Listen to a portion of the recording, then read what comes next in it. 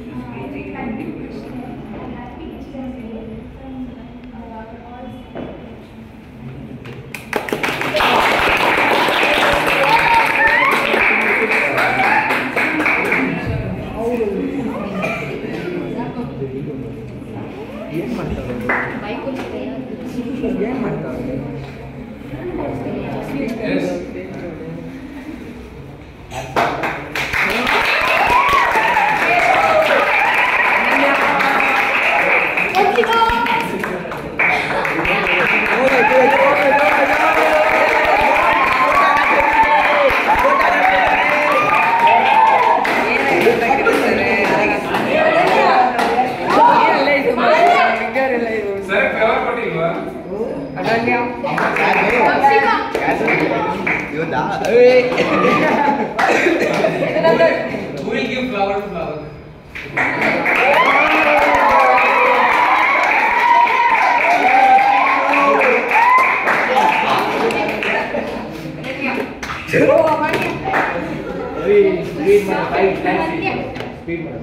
now it is a cake cutting. To all. So anyone want to talk on the teachers day about your teachers? Now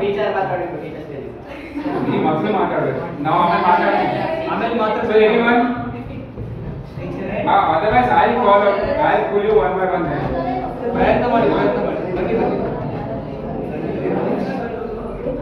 You told us to conduct some small activity. You do it just one by one. Naina, come. Do some activity.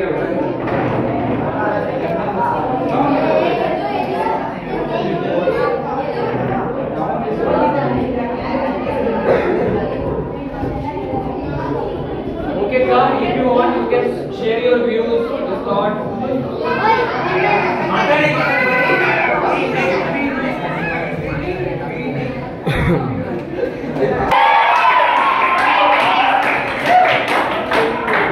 So first of all, thank you for arranging this program.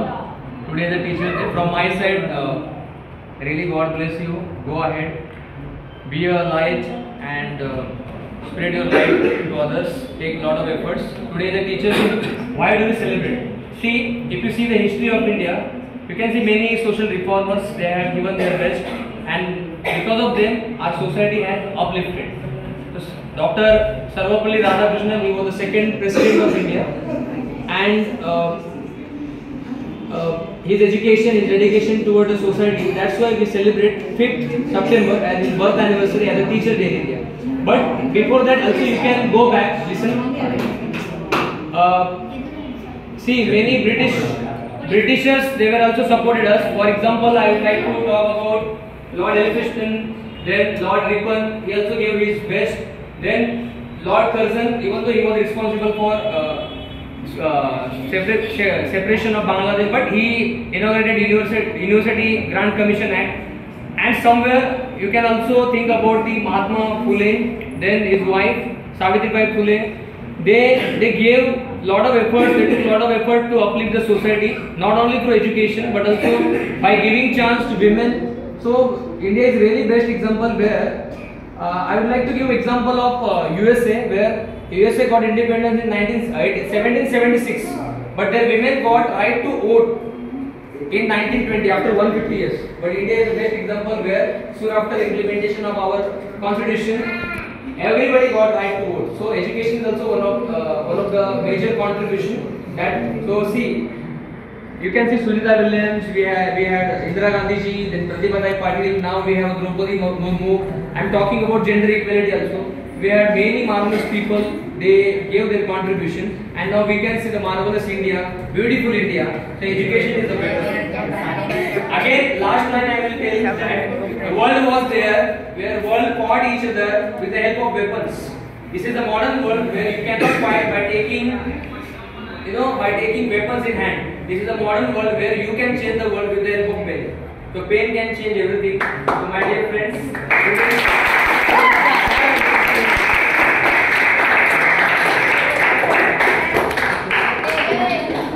last line, teacher is like a lamp, first lamp. The first lamp is like the second lamp. So on, it multiplies. I can see 1,000 lamps here. So you can also multiply.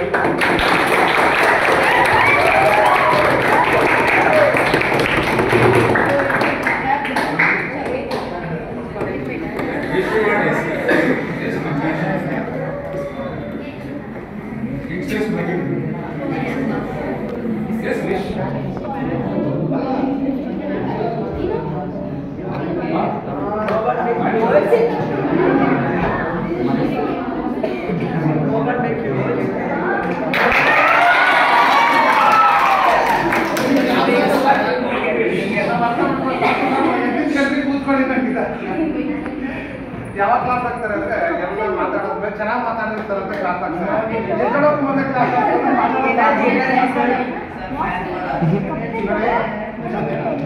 ಕಷ್ಟಪಟ್ಟು ಅವರು ಕೂಲಿಗಾಗಿ ಮಾಡಿ ಕಷ್ಟಪಟ್ಟು ಯಾವುದೋ ಒಂದು ರೀತಿಯಲ್ಲಿ ನಿಮ್ಮನ್ನ ಒಳ್ಳೆ educated ಮಾಡಬೇಕು ಅಂತ ಪ್ರಯತ್ನ ನಮ್ಮ ತಂದೆ ತಾಯಿ ಕಡೆಯಿಂದ ಆಗಿರುತ್ತೆ. ಎಜುಕೇಟೆಡ್ ಮಾಡಬೇಕು, ನಾನು ಕಟ್ಟಂತ ಕಷ್ಟ ನಮ್ಮ ಮಕ್ಕಳು ಬರಲೇಬೇಕು ಅನ್ನೋ ಒಂದು ಆಸೆ ನಿಮ್ಮ ತಂದೆ ತಾಯಿಗಳಾಗಿರುತ್ತೆ. ಯಾಕಂದ್ರೆ ನಿಮ್ಮ ತಂದೆ ತಾಯಿ ನಿಮ್ಗೆ ಏನೇ ಮಾಡಿಟ್ಟು ನೀವು ಕಳೆದು ಬಿಡ್ಬೋದು, ಆದರೆ ಎಜುಕೇಶನ್ ಕೊಟ್ಟರೆ ಅದೆಲ್ಲೂ ಕೂಡ ಕಳೆದೋಗಲ್ಲ. ಅದಕ್ಕೆ ಮತ್ತು ನಿಮ್ಮ ತಂದೆ ತಾಯಿ ಆಸೆ ಕೊಡ್ತಾರೆ ಅಂತಂದ್ರೆ ಮಕ್ಕಳಿಗೋಸ್ಕರ ಆಸ್ತಿ ಮಾಡೋದಕ್ಕಿಂತ ಮಕ್ಕಳನ್ನ ಆಸ್ತಿ ಮಾಡೋಣ ಅಂತೇಳಿ ಶಾಲೆಗಾಗಲಿ ಅಥವಾ ಟ್ಯೂಷನ್ಗಾಗಲಿ ಫೀಸ್ ಕಟ್ತಾ ಇದ್ದಾರೆ. ಆ ಫೀಸನ್ನು ವೇಸ್ಟ್ ಮಾಡ್ಕೊಬೇಡಿ. ನಾವು ಟೀಚರ್ಸ್ಗಳು ಬಂದಾಗ ನಮ್ಮ ಹತ್ರ ನೀವು ಆದಷ್ಟು ಕೂಡ ತಿಳ್ಕೊಳ್ಳೋಂಥ ಪ್ರಯತ್ನ ಮಾಡಿ. ಸರ್ ಫ್ರೀ ಬಿಡಲಿ, ನನಗೆ ಹೆಂಗೋ ಟೈಮ್ ಪಾಸ್ ಆಗ್ಬಿಟ್ಟು ಸಾಕು ಸರ್, ಹಾಗೆ ಬಿಟ್ಬಿಡಿ ಸರ್, ನಾನು ಹಂಗೆ ಇರ್ತೀನಿ ಸರ್, ಸಾಕು ಸರ್, ಬೆಳಗ್ಗೆಯಿಂದ ಓದಿದ್ದೆ ಸಾಕು ಸರ್, ಆ ಥರ ಯೋಚನೆ ಮಾಡೋದು ಬೇಡ. ಕಾರಣ ಏನು ಅಂದರೆ ನಿಮ್ಮ ತಂದೆ ತಾಯಿ ಹಂಗೇನಾಗಿದ್ರೆ ಮನೇಲೆ ಉಳಿಸ್ಕೋಬೋದಾಗಿತ್ತು. ಟ್ಯೂಷನ್ಗೆ ಆಗ್ತಿದ್ದಾರೆ, ನನ್ನ ಮಗಳು ಇನ್ನೊಂದು ಸ್ವಲ್ಪ ಚೆನ್ನಾಗಿ ಕಲ್ತ್ಕೊಳ್ಳಿ, ನನ್ನ ಮಗ ಚೆನ್ನಾಗಿ ಕಲ್ತ್ಕೊಳ್ಳಿ ಅನ್ನೋಂಥ ಉದ್ದೇಶ ಇಟ್ಕೊಂಡೆ ಟ್ಯೂಷನ್ ಕಳ್ತಿರ್ತಾರೆ. ಇಲ್ಲಿ ಬಂದು ಫ್ರೀ ಬಿಡಿ ಅನ್ನೋಂಥದ್ದನ್ನ ಕೇಳೋದನ್ನ ಕಡಿಮೆ ಮಾಡ್ಕೊಡಿ, ಓದೋ ಕಡೆ ಜಾಸ್ತಿ ಗಮನ ಕೊಡಿ, ಟೈಮ್ ಪಾಸ್ ಮಾಡಬೇಡಿ ಅದನ್ನ ಹೇಳ್ತೀನಿ. ಯಾಕಂದ್ರೆ ಒಂದು ಸತ್ಯದ ಕೊಡಿ, ಜ್ಞಾನಕ್ಕಿಂ ಮೇಲಿಲ್ಲ ಸ್ವಾನಕ್ಕಿಂ ಕೀಳಿಲ್ಲ, ಬಾಲನಿಂದ ಅಧಿಕ ಬೆಳಕಿಲ್ಲ ಜಗದೊಳಗೆ, ಜ್ಞಾನವೇ ಮಿಗಿದು ಸರ್ವಜ್ಞ ಅಂತಾರೆ. ಯಾವತ್ತೂ ಕೂಡ ಜಗತ್ತಲ್ಲಿ ಬೆಳಕೊಡೋಕ್ಕೆ ಸೂರ್ಯ. ಹಾಗೆ ನಮ್ಮ ಬದುಕನ್ನ ಬದಲಾಯಿಸಬೇಕು ಅಂದ್ರೆ ಅಲ್ಲಿ ಎಜುಕೇಶನ್ ಅಂದ್ರೆ ವಿದ್ಯೆ, ಇದೆರಡು ಕೂಡ ತುಂಬಾ ಇಂಪಾರ್ಟೆಂಟು. ಅದನ್ನ ಅರ್ಥ ಮಾಡ್ಕೊಡಿ.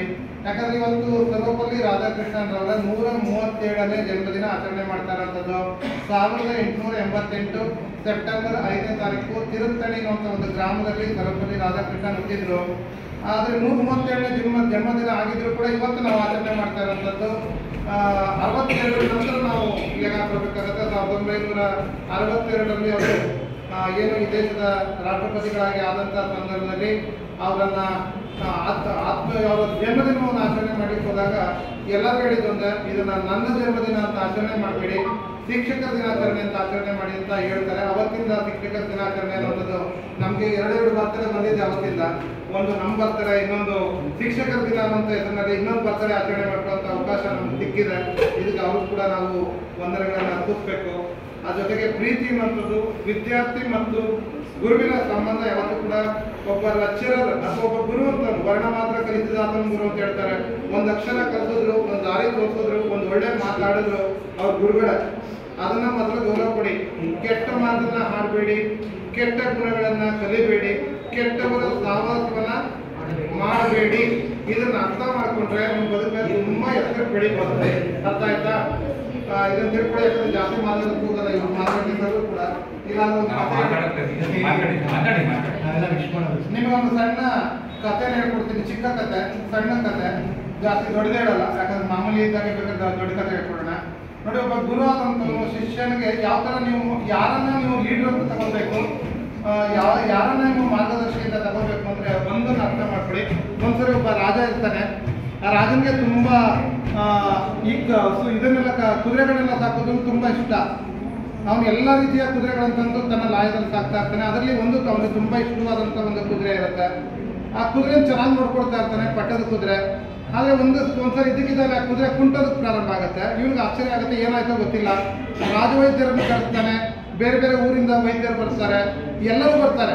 ನಾಟದ ಔಷಧಿನೂ ಕೊಡ್ತಾರೆ, ಒಂದು ಇಂಗ್ಲೀಷ್ ಮೆಡಿಸಿನ್ಸು ಕೊಡ್ತಾರೆ. ಏನು ಕೊಟ್ಟರು ಕೂಡ ಕುದುರೆ ಹುಷಾರಾಗಲಿಲ್ಲ. ಆ ಕೊನೆಗೆ ಅದೇ ಊರಿಗೆ ಒಬ್ಬ ಬೌದ್ಧ ಭಿಕ್ಷು ಬಂದಿರ್ತಾನೆ. ಅವನು ಕೇಳ್ತಾರೆ, ಈ ಥರ ನೀವು ಎಲ್ಲಕ್ಕೂ ಕೂಡ ಎಲ್ಲ ಗೊತ್ತಿದೆ ನಿಮಗೆ, ಜ್ಞಾನಿಗಳು ನೀವು, ನನ್ನ ಕುದುರೆ ಕುಣ್ತಾ ಇದೆ ಯಾಕೆ ಹೇಳಿ ಅಂತ. ಆಗ ಇಲ್ಲಪ್ಪ, ಒಂದು 3-4 ದಿನ ನಮಗೆ ಟೈಮ್ ಕೊಡು, ಆಮೇಲೆ ನಾನು ಕುದುರೆ ಕುಂಟೋದು ಯಾಕೆ ಅಂತ ಹೇಳ್ತೀನಿ. ಆ ಕುದುರೆ ನಾಯಿ ಪಕ್ಕದಲ್ಲಿ ನನಗೊಂದು ಉಳ್ಕೊಳ್ಳೋ ವ್ಯವಸ್ಥೆ ಮಾಡಿಕೊಡು ಅಂತ ಕೇಳ್ತಾರೆ. ಅವ್ನು ಅಲ್ಲೋಗಿ ಉಳ್ಕೊಳ್ತಾನೆ. ಉಳ್ಕೊಂಡ್ಮೇಲೆ 3-4 ದಿನ ಆದಮೇಲೆ ಹೇಳ್ತಾನೆ, ಆ ಕುದುರೆಯಲ್ಲಿ ನೀನು ನೋಡ್ಕೊಳಕ್ಕೆ ಒಬ್ಬ ನಾನು ನೇಮಕ ಮಾಡಿದ್ದೀವಲ್ಲ ಕುದುರೆ ನೋಡ್ಕೊಳಕ್ಕೆ, ಅವನನ್ನು ತೆಗೆದುಬಿಡು, ಸರಿ ಹೋಗುತ್ತೆ ಅಂತ. ಅಂದರೆ ಏನಾಗುತ್ತೆ ಅಂದರೆ, ವಿದ್ಯಾರ್ಥಿಗಳ ಲೈಫ್ ಹೇಗಿರುತ್ತೆ ಅಂದರೆ, ನಾವು ಯಾರನ್ನ ನಮ್ಮ ಮಾಡೆಲ್ ಅಂತ ತಗೊಂಡಿರ್ತೀವೋ, ನಮ್ಮ ಆದರ್ಶ ಅಂತ ತಗೊಂಡಿರ್ತೀವೋ ಅವ್ರನ್ನ ನಾವು ಫಾಲೋ ಮಾಡ್ತೀವಿ. ಅದಕ್ಕೆ ಯಾವತ್ತೂ ಕೂಡ ಒಳ್ಳೆ ಆದರ್ಶಗಳಿರಬೇಕು.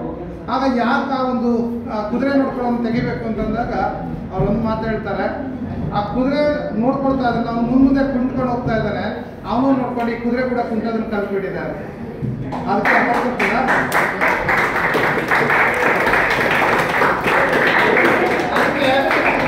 ನೋಡಿ, ನಾನು ಒಂದೇ ಹೇಳೋದು, ರೀಲ್ ಮೇಲಿರುವಂಥ ಹೀರೋಗಳು ಯಾರು ಬೇಡ ನಮಗೆ. ರೀಲ್ ಮೇಲಿರುವಂಥ ಹೀರೋಗಳು ಬೇಡ ನಮಗೆ, ರಿಯಲ್ ಲೈಫಲ್ಲಿರುವಂಥ ಹೀರೋಗಳು ಬೇಡ.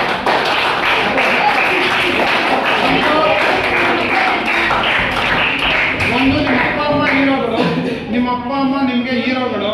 ಅದು ಬಿಟ್ಟರೆ ನಮ್ಮ ಸ್ವತಂತ್ರ ತಂದುಕೊಟ್ಟಂಥ ಭಗತ್ ಸಿಂಗ್, ರಾಜ್ಗುರು, ಸುಖದೇವ್, ಉಧಾಮ್ ಸಿಂಗ್, ತುಂಬ ಜನ ಇದ್ದಾರೆ. ತಮ್ಮ ಇಡೀ ಜೀವನವನ್ನ ಸಮಾಜಕ್ಕೆ ಕೊಟ್ಟಂಥವ್ರು. ಅವ್ರ ಬಗ್ಗೆ ಓದಿ ತಿಳ್ಕೊಳ್ಳಿ, ಮತ್ತು ಅವ್ರ ದಾರಿಯಲ್ಲಿ ನಡೀರಿ. ದಯವಿಟ್ಟು ಈ ರೀಲ್ ಹೀರೋಗಳನ್ನ ಯಾರನ್ನೂ ಕೂಡ ನಮ್ಮ ಹೀರೋ ಅಂತ ಅವ್ರ ಹಿಂದೆ ಹೋಗುವಂಥದ್ದಾಗಲಿ, ಅವ್ರನ್ನ ಫಾಲೋ ಮಾಡೋದಾಗಲಿ ಖಂಡಿತ ಮಾಡಿದ್ರೆ ಅವರೆಲ್ಲ ದುಡ್ಡುಗೋಸ್ಕರ ಮಾಡುವಂಥವ್ರು. ನಿಜವಾಗ್ಲೂ ಅವರಲ್ಲಿ ದೇಶಭಕ್ತಿನೂ ಇಲ್ಲ, ಸಮಾಜ ಉದ್ಧಾರ ಮಾಡುವಂಥದ್ದು ಇಲ್ಲ. ಅದಕ್ಕೋಸ್ಕರ ನಿಜವಾಗಿ ದೇಶಕ್ಕೋಸ್ಕರ, ಸಮಾಜಕ್ಕೋಸ್ಕರ ಯಾರು ದುಡಿದಿದ್ದಾರೋ ಅವ್ರನ್ನ ನೀವು ಹೀರೋ ಅಂತ ನಿಮ್ಮ ಲೈಫಲ್ಲಿ ತೆಗೆದುಕೊಳ್ಳಿ. ನಿಮ್ಮ ಲೈಫ್ ಚೆನ್ನಾಗಿರಲಿ, ನಿಮ್ಮ ಭವಿಷ್ಯ ಉಜ್ವಲವಾಗಿರಲಿ. ಯಾಕಂದರೆ ಎಜುಕೇಷನ್ ತುಂಬ ಇಂಪಾರ್ಟೆಂಟು, ಅದ್ರ ಕಡೆ ಹೆಚ್ಚು ಗಮನ ಕೊಡಿ. ನೀವು ನಿಜವಾಗ್ಲೂ ಶಿಕ್ಷಕ ದಿನಾಚರಣೆ ಆಚರಣೆ ಮಾಡಿದ್ರೆ ಒಂದೇ ಒಂದು ಪ್ರಾಮಿಸ್ ಮಾಡಿ, ನಿಮ್ಗೆ ಅಷ್ಟು ಕೂಡ ನಮ್ಮ ಬಗ್ಗೆ ರೆಸ್ಪೆಕ್ಟ್ ಇದ್ರೆ, ನಿಮ್ಮ ತಂದೆ ತಾಯಿ ಬಗ್ಗೆ ರೆಸ್ಪೆಕ್ಟ್ ಇದ್ರೆ, ನಿಮ್ಮ ಶಾಲೆಯಲ್ಲಿ ಪಾಠ ಮಾಡುವಂಥ ಟೀಚರ್ಸ್ ಬಗ್ಗೆ ನಿಮ್ಗೆ ರೆಸ್ಪೆಕ್ಟ್ ಇದ್ರೆ, ಇವತ್ತು ನಿಮ್ಮ ಮನಸ್ಸಲ್ಲಿ ಒಂದು ದೃಢವಾದ ಒಂದು ಪ್ರತಿಜ್ಞೆ ಮಾಡ್ಕೊಳ್ಳಿ, ನೀವು ನಾನು ಒಳ್ಳೆ ರಿಸಲ್ಟ್ ತಗೊಳ್ತೀನಿ ಅಂತ ಸಾಕು. ಅದು ನೀವು ಕೊಡುವಂಥ ಗಿಫ್ಟ್. ನೀವು ಏನೇ ಕೊಟ್ಟರು ಕೂಡ ನಮಗೆ ಎಲ್ಲವೂ ಮರ್ತು ಹೋಗುತ್ತೆ, ಆದರೆ ರಿಸಲ್ಟ್ ಕೊಟ್ಟರೆ ಒಂದು ಖುಷಿಯಾಗಿರ್ತೀವಿ.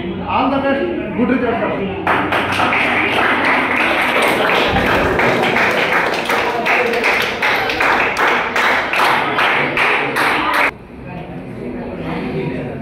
ವಿದ್ಯಾ ದದಾತಿ ವಿನಯಂ ಅಂತಾರೆ. ಮತ್ತು ಇನ್ನೊಂದು ಉಪಾಧ್ಯಾಯಶ್ಚ ವೈದ್ಯಶ್ಚ ಕಾರ್ಯ ಅಂತೆ ಅಪ್ರಯೋಜಕ ಅಂತೆ. ಈ ಎರಡು ಮಾತನ್ನು ನಾನು ನೆನಪಲ್ಲಿಟ್ಕೊಂಡಿದ್ದೀನಿ. ಯಾವುದೇ ಕಾರ್ಯಕ್ರಮ ಶುರು ಮಾಡಬೇಕಾದ್ರೂ ಓಂ ಶ್ರೀ ಗುರುಭ್ಯೋ ನಮಃ ಅಂತ ಸ್ಟಾರ್ಟ್ ಮಾಡೋದು. ಯಾಕೆಂದರೆ ಗುರುಗಳಿದ್ದರೆ ಮಾತ್ರ ನಮಗೇನಾದರೂ ಕಲ್ತ್ಕೊಳ್ಳೋಕ್ಕೆ ಸಾಧ್ಯ. ಮುಂದೆ ಒಬ್ಬರು ಫ್ರೀ ಇರಬೇಕು, ಹಿಂದೆ ಒಬ್ಬರು ಗುರು ಇರಬೇಕು. ಬಾ ಗುರು ಟೀ ಕುಡಿಯೋಕ್ಕೆ ಹೋಗೋಣ, ಬಾ ಗುರು ದೋಸೆ ತಿನ್ನೋಣ, ಆ ಗುರು ಅಂದರೆ ನಿಮ್ಮ ಒಳ್ಳೆ ಕೆಟ್ಟ ಗುಣಗಳನ್ನು ತಿದ್ದಿ ನಿಮ್ಮನ್ನು ಸಮಾಜದಲ್ಲಿ ಉತ್ತಮ ಪ್ರಜೆಗಳನ್ನಾಗಿ ಮಾಡ್ತಕ್ಕಂಥವ್ರು. ಅವರು ನಿಜವಾದ ಗುರುಗಳು. ಅವರ ಒಂದು ಸ್ಯಾಕ್ರಿಫೈಸು, ಡೆಡಿಕೇಶನ್, ವರ್ಕು ನಿಮ್ಮಲ್ಲಿ ಕಾಣಬೇಕು. ಅದು ಕಾಣಬೇಕು ಅಂದರೆ ಈಗ ನೀವು ಚೆನ್ನಾಗಿ ಅಭ್ಯಾಸ ಮಾಡಿ ತಂದೆ ತಾಯಿಗಳಿಗೆ ವಿನಯವನ್ನು ತಂದುಕೊಳ್ಳಿ. ಯಾರು ವಿನಯವಂತರಾಗ್ತಾರೆ ಅವರಿಗೆ ವಿದ್ಯೆ ನಿಜವಾಗ್ಲೂ ಕೂಡ ಜಾಸ್ತಿ ಸಿಗುತ್ತೆ. ಯಾರು ಅವಿಧೇಯನಾಗಿರ್ತಾನೆ ಅವನಿಗೆ ವಿದ್ಯೆ ಸಿಗೋದಿಲ್ಲ. ಮತ್ತು ಉಪಾಧ್ಯಾಯರನ್ನ ಮತ್ತು ಡಾಕ್ಟರ್ನ ನಾವು ಕಾರ್ಯದ ನಂತರ ಮಾತು ಬಿಡ್ತೀವಿ. ಡಾಕ್ಟರ್ ಹತ್ರ ಹೋಗೋದು ಯಾವಾಗ ನಾವು ಡಾಕ್ಟರ್ ಹತ್ರ ಇಂಜೆಕ್ಷನ್ ತಗೊಳ್ತೀವಿ, ಮಾತು